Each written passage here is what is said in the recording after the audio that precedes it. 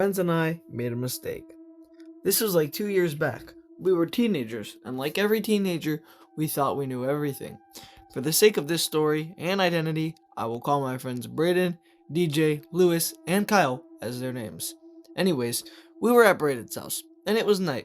His parents were sleeping, and so as dumb teenagers, we came up with the idea of ding dong ditching. DJ also came up with the idea to wear a ghillie suit.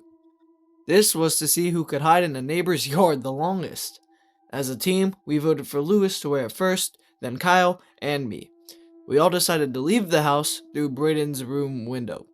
His room was ground level, and so we didn't have to jump. After Lewis, with his ghillie suit, went to a house that was like 4 streets away from Braden's, he went to the door, ringed it, and hid next to a bush. The rest of us watched from a distance. Then a guy that was like 5'8" or 5'9", that was also overweight, walked out the door. He yelled, "Who is it?" And we all stayed quiet. He then turned around and said, "If this is a joke, then F off!" and closed the door. So everyone quietly yelled to Lewis to just leave the property. However, Lewis didn't listen. Instead, he went to the door, rung it again, and hid in the same spot. When the guy came back out, he was holding a bat. He scanned his yard and saw Lewis. The man said, "What are you doing here?" and raised the bat.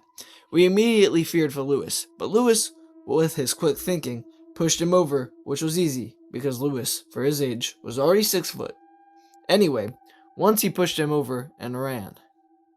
DJ and I followed Lewis while Braden and Kyle went for Braden's house, I assume. The reason Lewis didn't head for Braden's house was so that if he was being followed, Braden didn't get in trouble. Then the three of us ran 2 streets away from that house and further away from Braden's house. We then hid behind a different house whose lights were not on, so we assumed this person or family was asleep. Then we saw a figure walk on the streets and was way skinnier, so we thought it was Kyle coming back for us. So we came out and whispered for Kyle to hide with us. However, our eyes soon met the eyes of a guy way older than us and said, "So you the ones that ding-dong ditching?" Immediately we ran and went into a forest, not knowing where we were heading. Not one of us turned around. Lewis dived into a bush, so DJ and I did the same. We didn't see the man. Now that I look back, I think it was because he didn't want to do too much to a group of ding-dong ditchers. Now back to the story. Once we knew we had lost him, DJ took out his phone and saw 10 missed calls from Braden. So he called back, and Braden immediately answered. He asked where we were, and we gave our location. Braden asked if we were safe, and we answered no.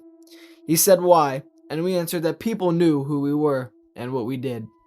Braden asked if he could help, and we said no. After all, we wouldn't want more people getting involved. DJ hung up the phone and went on his Google Maps. Luckily, we had a signal here. DJ started leading us out of the forest, and once we were about to head out, we saw a group of no more than 5 people walking with a flashlight and colluding the man we ding-dong ditched. He still had a bat and was pissed.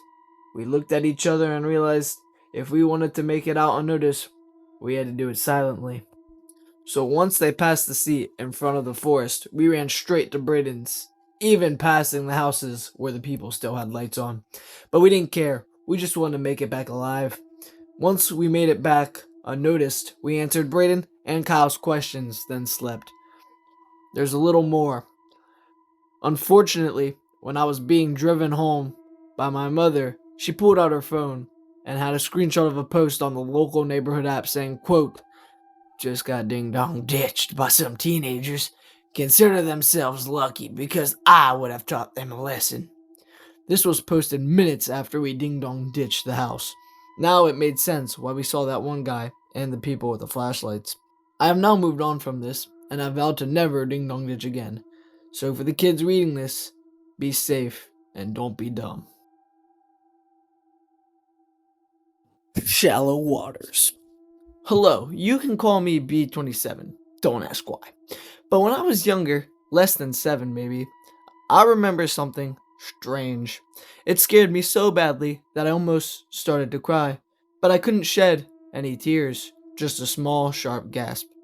I was playing in the shallow parts of the waters, not because I couldn't swim, but because I was rolling around and playing. My memory is shattered for a number of reasons, so sorry if I don't give too much detail. As I was playing, I started feeling sad and almost a weird, unsettling feeling, no matter where I sat or stood. After a few minutes of tearing up, I started laughing and playing again. I don't know if what I grabbed that day had anything to do with my emotions, but considering they started acting up before the problem started, it's very possible. I say I'm not sure, because I was born with a few mental health problems. But anyways, back to the story. As I was playing, I had rolled around in the water, the same spot twice. But the second time around was, well, like I said, if I could at the time, if I could have cried in that moment, I would have. I remember wanting to scream, but nothing. What I had grabbed will make me feel weird for the rest of my life. I had first initially thought it was a mask, but there was grass and skin. It felt like hard bone. My fingers had landed in the eyes holes. It was gross. When I moved my arm up, it came up. Thinking about it now, it looked like someone carved the front of a human skull off, then flattened it into a sick mask. I felt scared and confused and sick all at once. I have had some weird things happen in my life, but this was the weirdest. I haven't told a soul. Maybe I should have, but like I said, I had mental problems, and I didn't know what to say or feel. The railroad story. This is a true story, so believe it if you want, or not. I know what happened. Still scares me to this day. So one night, me and my friends decided to go down to some train tracks. We were doing some stupid kid things, laughing, running around, talking. When we decided to look in the direction of the forest that was alongside the tracks. Now, to give you some background, there are many poles that go along the tracks to, keep the electricity going through it. So, we looked at those poles facing the direction of the forest because we thought we saw a man. So, we all looked down there. And lo and behold, we did. And it looked like he was poking out from around the pole. And it scared all of us. So, we turned around and we ran, laughing and screaming. Because yes, it scared us, but since we were kids, dumb teenagers, it was also funny. When I decided to go back up and look. Because I'm dumb. So I went back up and looked. And when I got to the train tracks, stood in the middle of the train tracks. I knew no train was going to come. And even if it did, I would have the warning lights. And I look out. And I don't see the man. So I start to stare more intently.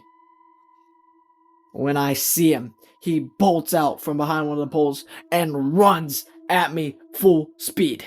So I start screaming, not laugh screaming this time, just regular screaming, because I was terrified. I got back to the part of the train track where it was just a road, and we booked it to our houses. We got to our houses, we didn't see the man. We didn't see the man again. Neither did I. But I think I heard him. Because when we got home, we talked about it. Then we all went to our respective houses. And I don't know how he found my house, or me specifically. But when I was sleeping at night, my room is in the basement. Because houses have those windows that go along basements. He kicked it. And it shattered and went all over the ground. Like I just said. When I started screaming.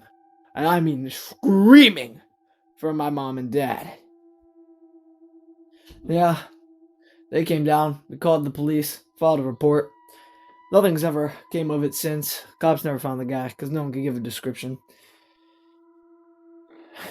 I just can't believe you hear these horror stories on the internet and you don't think it's gonna happen to you. So guys, I hope you enjoyed these stories that I found, and one was actually told to me from a personal friend. I hope you guys enjoyed it. Please like and subscribe for more random content like this. And yeah, I'll see you guys later.